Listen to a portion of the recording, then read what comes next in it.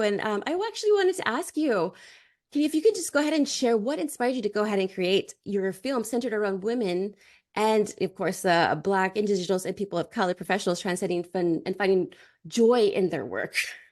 Sure. So I actually left my old career in operations where I was a chief operating officer several years ago due to, again, a lot of the things we cover in the film.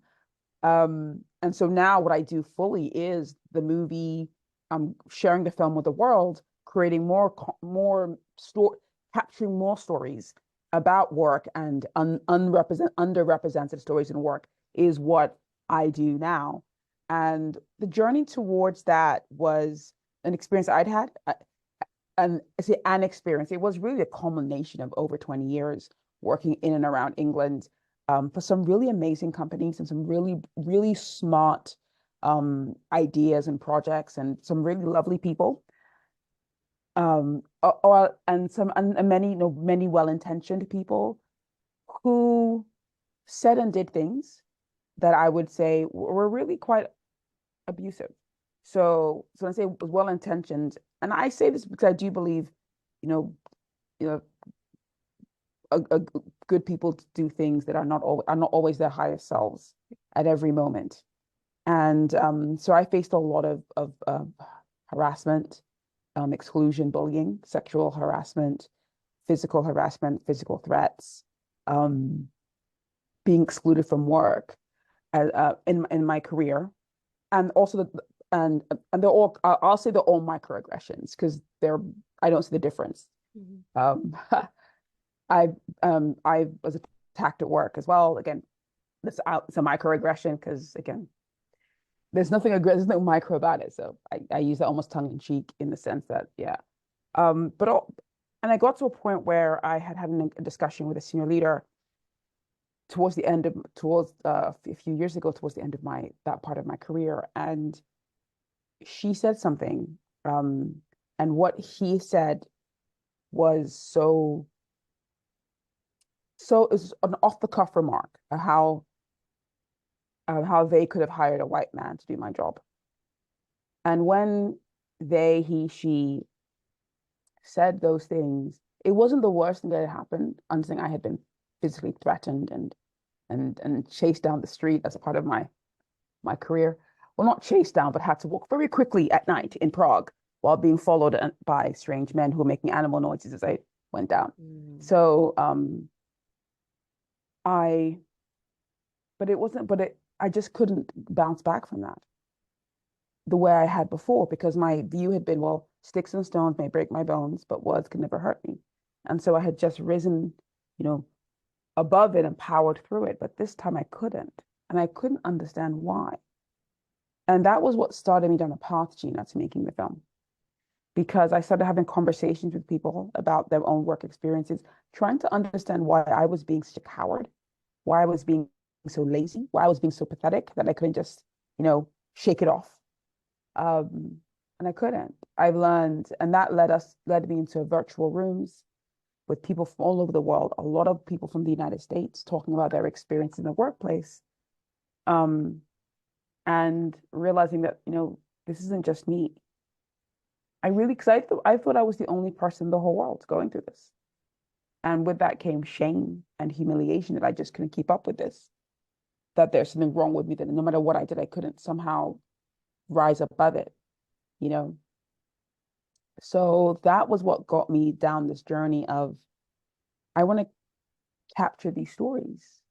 I'd like to have a testimony, a record that this had happened and it wasn't just in my imagination. Because when I talk to people about some of the things that was said, for example, a leader said to me openly they could have hired a white man to do my job. I'm often met with people saying, well, but are you sure? Maybe you misunderstood the context of that. As if there, and like, what is the context under which that would be okay? Like, what could you explain a good context for that kind of statement? Or when they said, they used these kind of racial slurs in front of you, you know, what did you do to kind of set that up? Like, I don't understand that. Like, how do you, what's the setup for that? What's the, Um, I think that was the journey for me. It also began to really realize, like, a lot of my good, well-meaning friends, it's something that, like, doing this, I mean, trying to explain and justify why, you know, maybe I had brought it upon myself, would use racial slurs for other ethnicities. And it's a surprising thing for me because I'd never really heard that.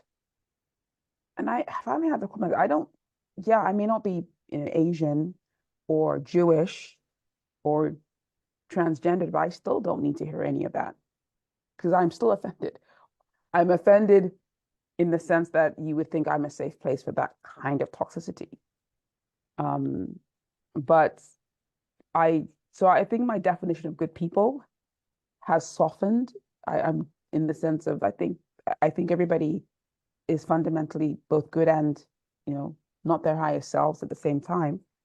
But I made the film because I didn't want to keep having those kind of conversations and being drawn to very dark places with people who maybe it struck a nerve what had happened to me and it led them to a dark part of themselves to try to explain.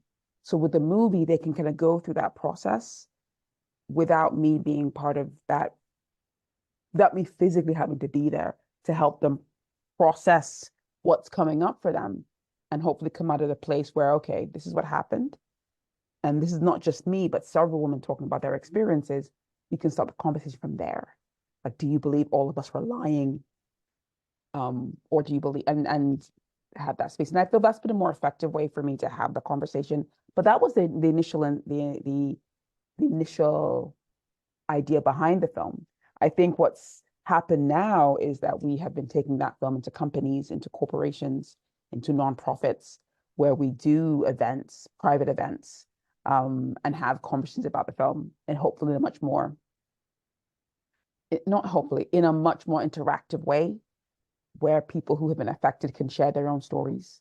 And that has been a real blessing for me to be able to hear the stories, to hear how people hearing their own stories, regardless of their gender, ethnicity, sexual orientation, um, feel about their work experiences.